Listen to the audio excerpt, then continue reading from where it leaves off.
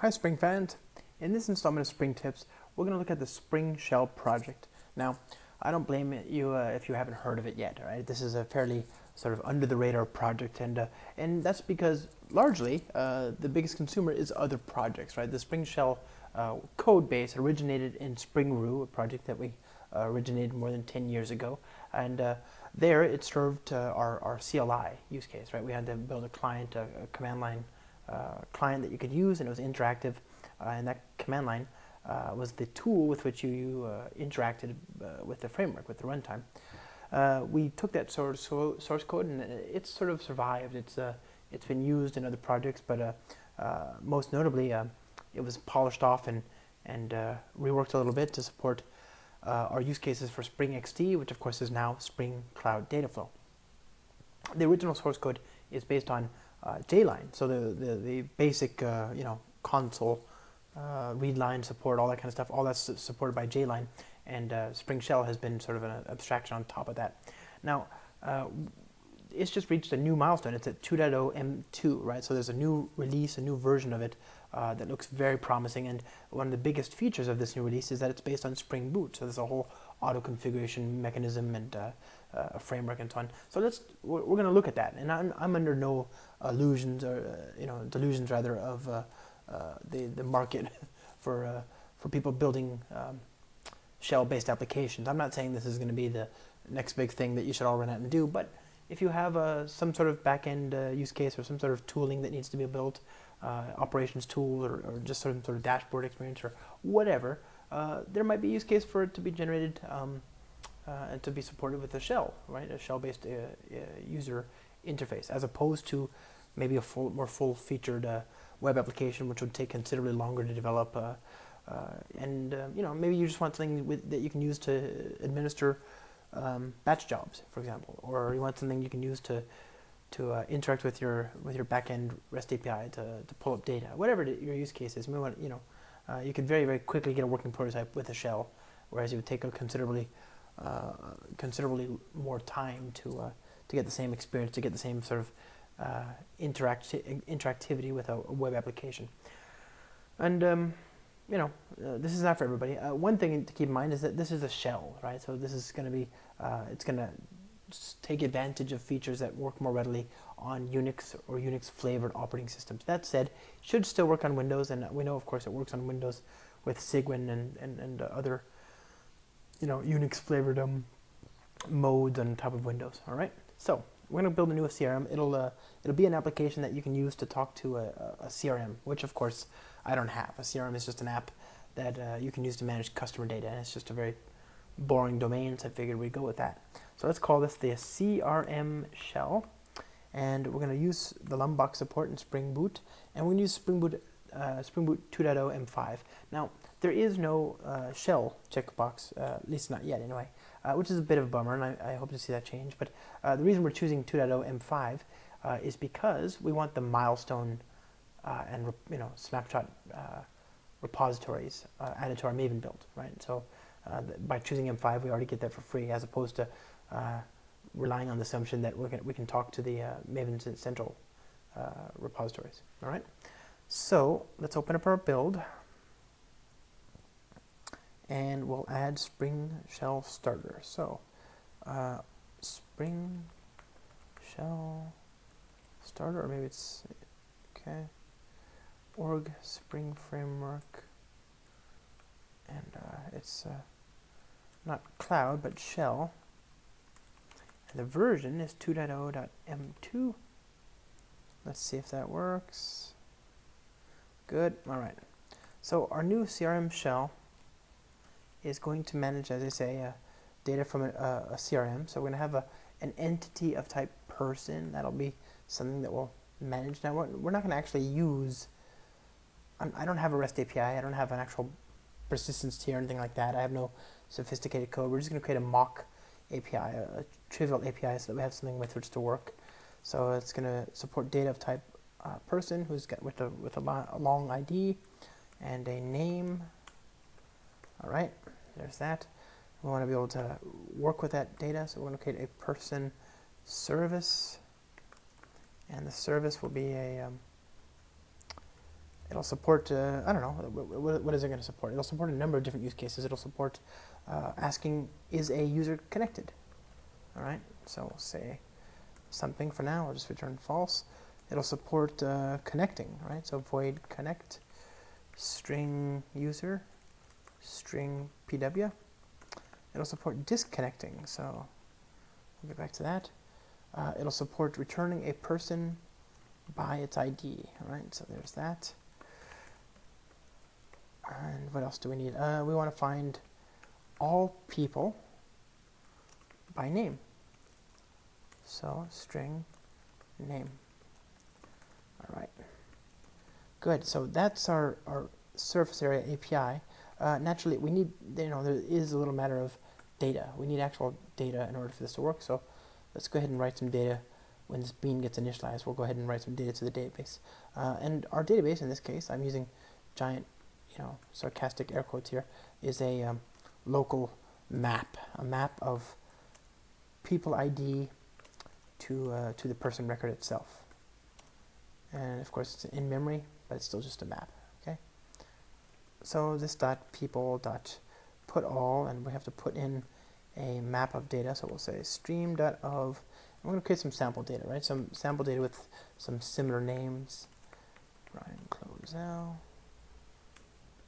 Stefan Maldini, Stefan Nicole,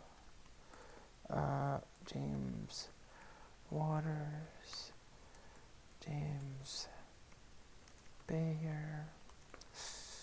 What else do we want? Cornelia Davis, Madura Babe. Very good. So there's a number of names, and we're going to map the name to a new person entity. So there's that. And of course, in order to capture an ID, we need to generate it somehow. I'll just use an atomic long to generate it, and we'll say IDs dot increment and get, and we'll pass in the name attribute here. And then we've got the name, so now we want to collect all of it into a map and then add that to our existing map. And in order to do that, I need to provide two by functions. The first function is going to say, given a person, give me a key, which I'll do by returning the ID. And the second will say, just give me a value. Of course, that's the P itself. And we'll store all of that into a database. Let's see, what do we got here? Oh, wrong way around. Okay. And person map, we'll store that. And that's this, right? That's where it all goes, it is in that map. All right, so there's our sample data. When the application gets started, let's go ahead and implement this code. So we'll have some data, private final atomic, atomic boolean connected equals new atomic boolean, great. And we'll say this dot connected dot get, great. This dot connected dot set is equal to true. This dot connected dot set is equal to false.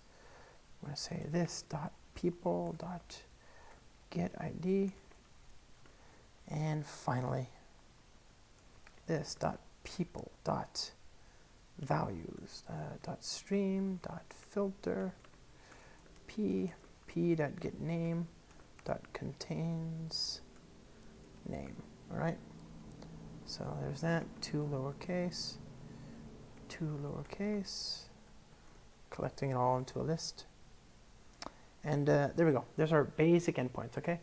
Not a very fancy domain. I don't really care about the domain. I just want to have some stuff that we can use for our simple example. We've got a service now. We've got that. Let's build a shell, right? Let's build a shell by which we can interact with that database. So we're going to have a class for our first set of operations, our first set of commands supporting connectivity, right? So we'll call this connection commands. And in order for this to do its work, we're going to inject that person service, or we can just call this the CRM service, right?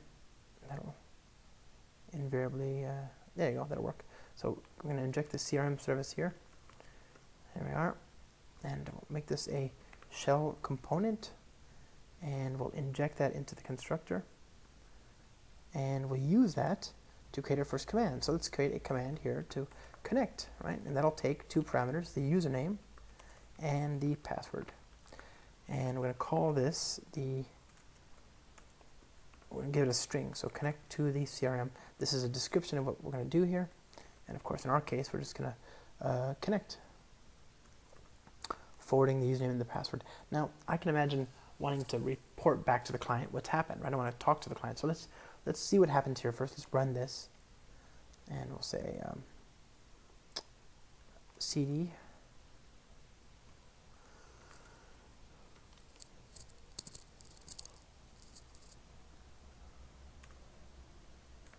equals true, clean install, and we'll do that.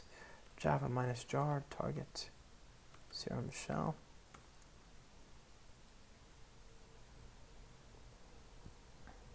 All right, you can see at the top there we've got a little prompt. We can say, okay, show me the commands to help. It shows me all the built-in commands, including the one to clear the console, to exit, exit, go quit, or Control C and D.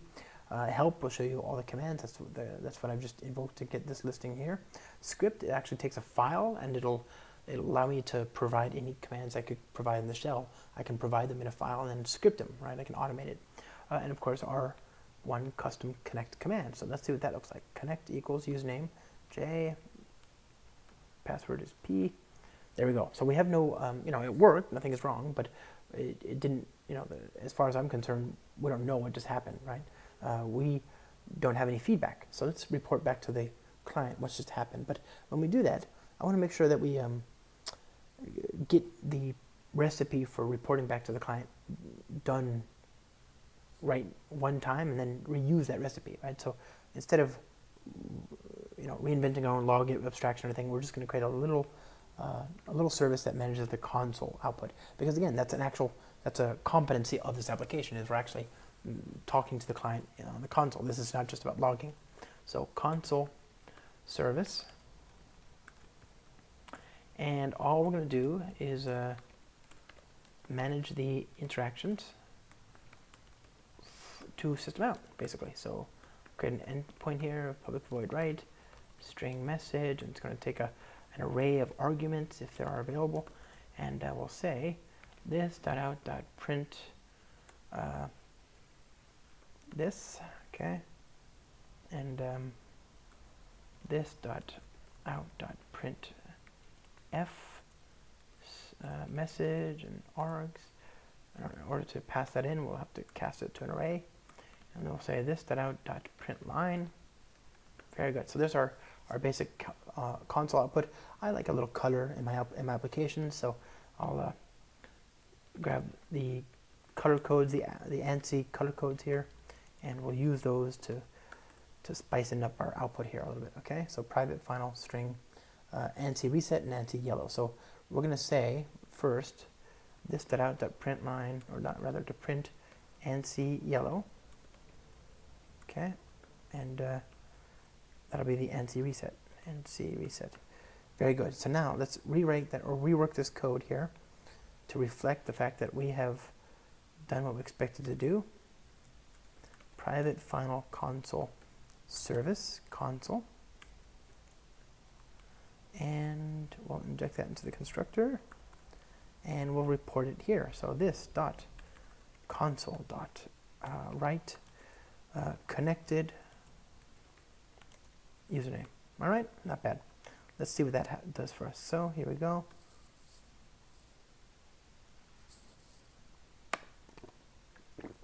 All right, so if we go here, connect,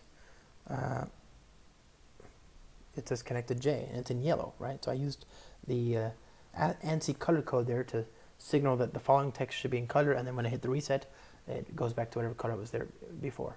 All right, so that works. That seems to be working. Let's go ahead and implement our disconnect functionality here.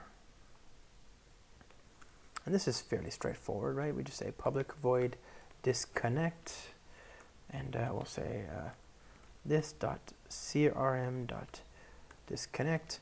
All right, the problem, as you can imagine, is that these things should not be run at the same time, right? So I've got two different commands here, but I want to give some sort of feedback to the client that when I'm connected, I can disconnect, but when I'm not connected, I shouldn't be able to disconnect because, well, that's nonsensical, right? Similarly, if I'm already connected, I shouldn't be able to connect again, right? So we need to give some sort of visual feedback. So one way to do that is to create a availability object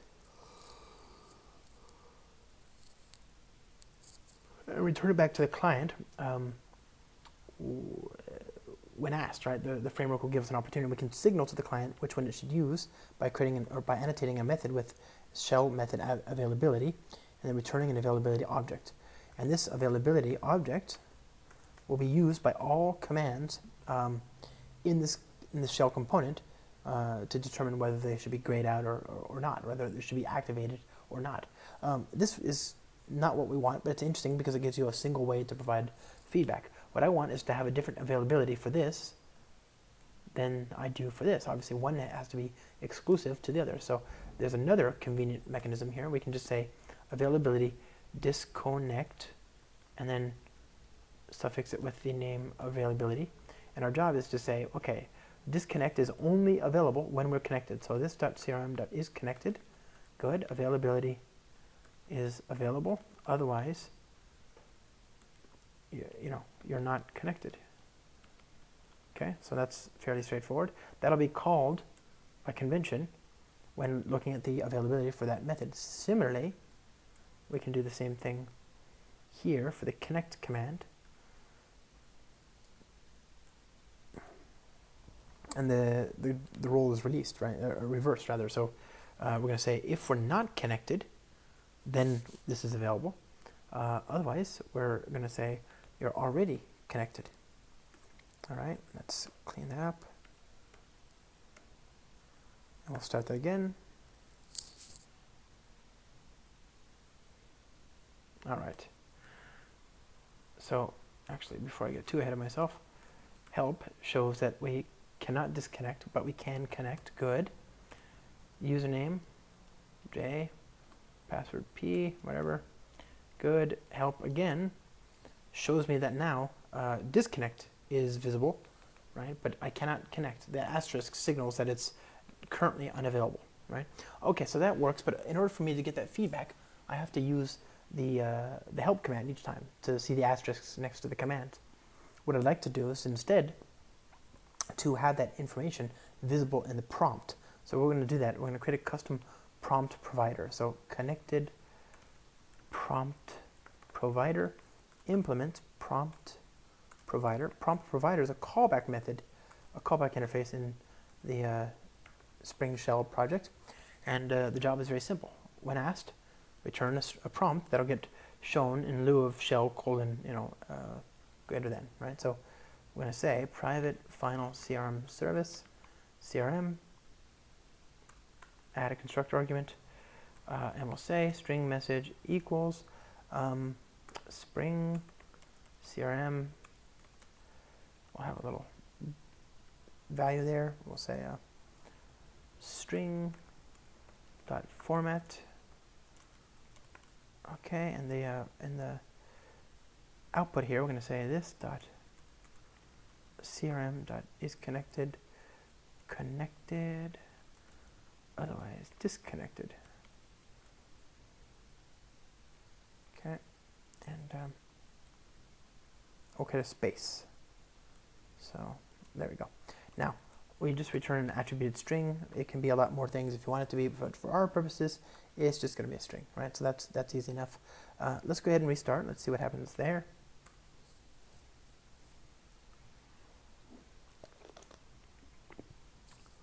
Look at that. It says Spring CRM disconnected, right? And if we connect, now it says connected J, and it says connected down there. So we've got much more visible, much more useful feedback there.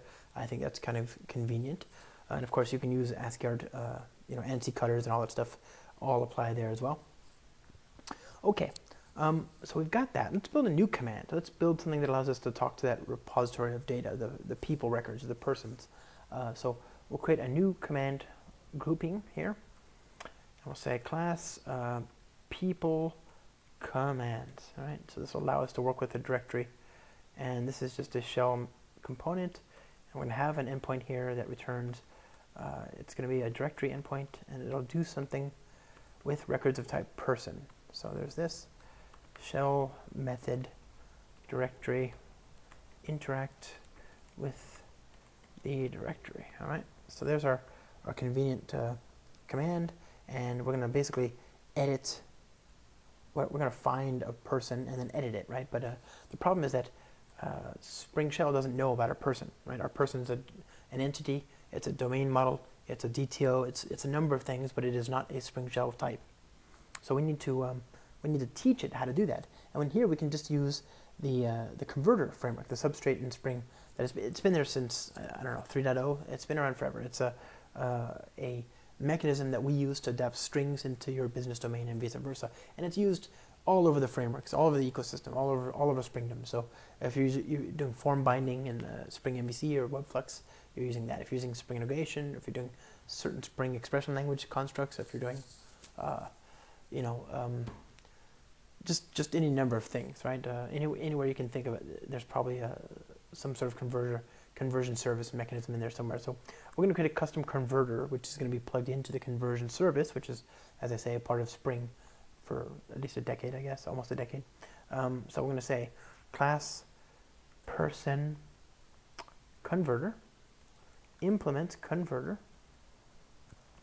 of type string to type person, and the contract is fairly simple. It says given a source, convert the record.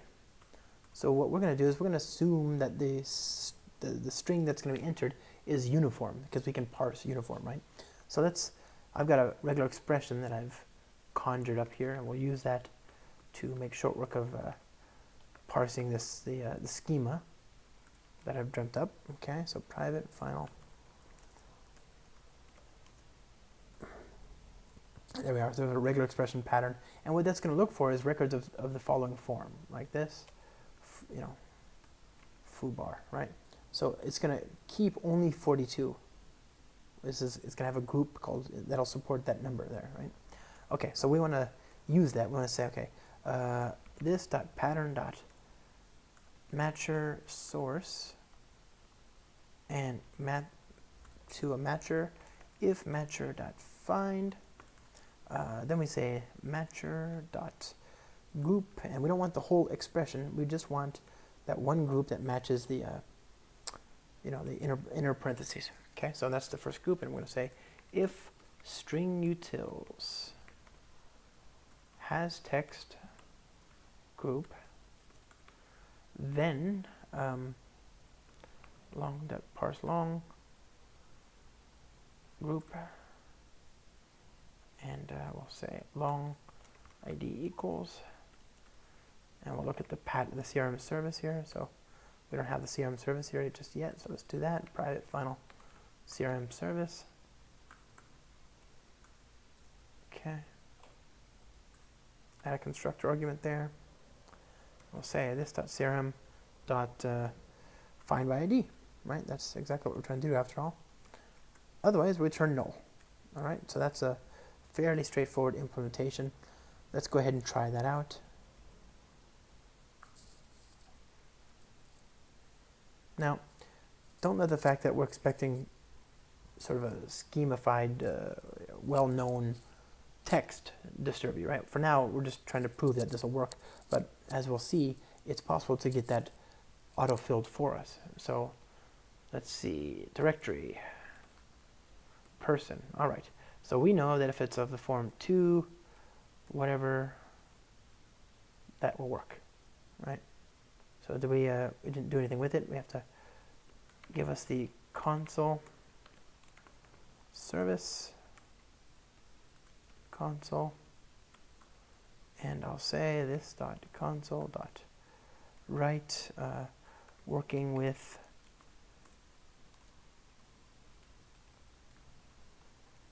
person dot get name. Okay, there's our rewritten code. Here we go.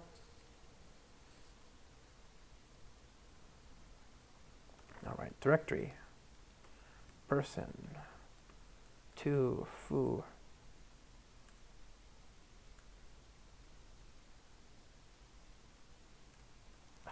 There we go. So there, the regular expression is working, right? It says if I have that schema, it doesn't matter what's after the parenthesis. It could be a number of characters, space, whatever.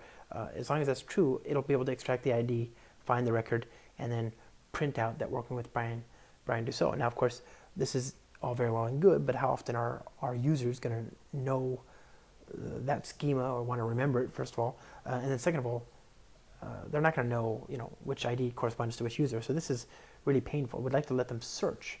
So what I'm going to do is we're going to provide a way for them to get auto-completion as they type, and as they type in tab, they'll get feedback from the system telling them about records that could match their search. Okay, so here we're going to provide a value provider. So class person value provider,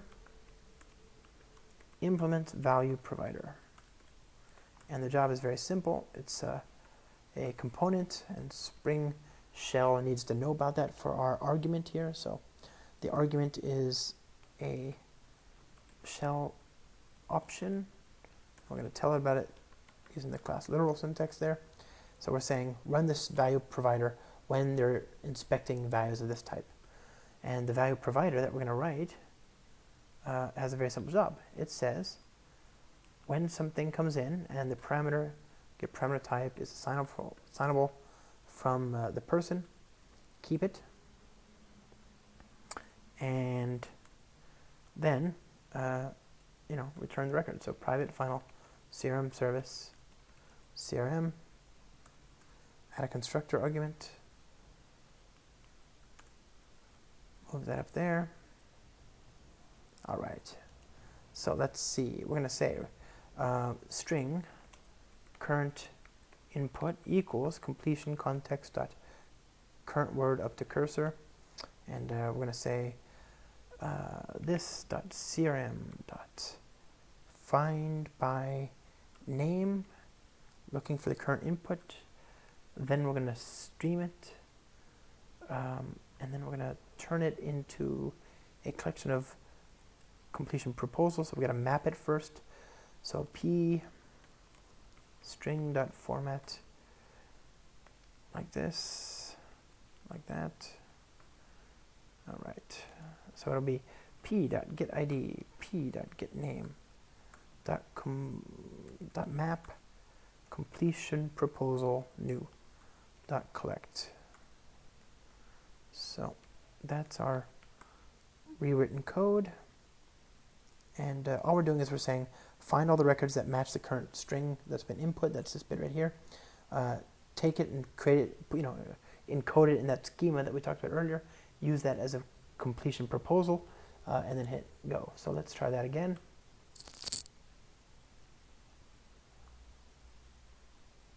All right, directory. Look at that. We get auto completion for these different records. That's because I didn't type anything. And if I type in just BR, for example, I get two suggestions, Brian Dussault and Brian Clozel. And of course I can hit tab, hit go, and it says I'm working with Brian Clozel. So there we go. Now we've looked at just a few of the ways to use the Spring Shell project to sort of build an application. Now there's a little bit of polish here. The rest of the stuff that we're going to talk about here isn't strictly speaking Spring Shell specific, but it's stuff that you might care about when you're building a shell-based application. First of all, consider that we have logging, right? As I start the application up, all of this stuff sort of muddies the experience. And if you don't care, then I don't care. But if you do care, it's easy enough to fix that, right? You just go to your build and you say logging level.root equals off, right? So try that.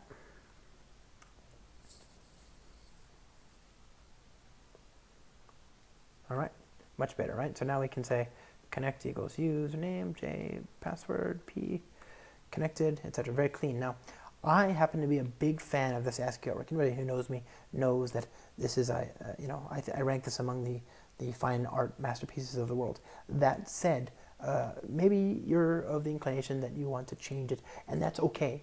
That's okay. I've got no reason why you shouldn't do that. So, we're going to change the ASCII art, the banner artwork here. Okay, so we're going to copy a pre-written banner.txt to my downloads, shell code, source, main, resources, banner.txt. All right. And I guess that's it, actually. We can just rebuild it. Not bad, huh? Spring CRM, Spring Tips Live, there's the Twitter handle. Okay, not bad. So we still have to run java-jar. Did you notice that? I have to java-jar target, blah, blah, blah. And that's because it's just a jar. It's a fat jar that, you know, has everything it needs inside of it, except for the JDK. But it's still, you need to tell the JDK to run, right? So we can take it one step further and customize the build itself. So here, we're going to go to the build plugin, the Spring Boot Maven plugin, and make this an executable jar. And what's going to happen is I'll be able to run the jar without having to use the Java CLI or Java command. It's still going to be there. It's still needed eventually, but you know, I don't have to worry about it too much. So there it is. Not bad, huh? Not bad. So we have a username minus password p. Good. We can make a directory search with one of these records. Good. We can disconnect and we can quit. All right.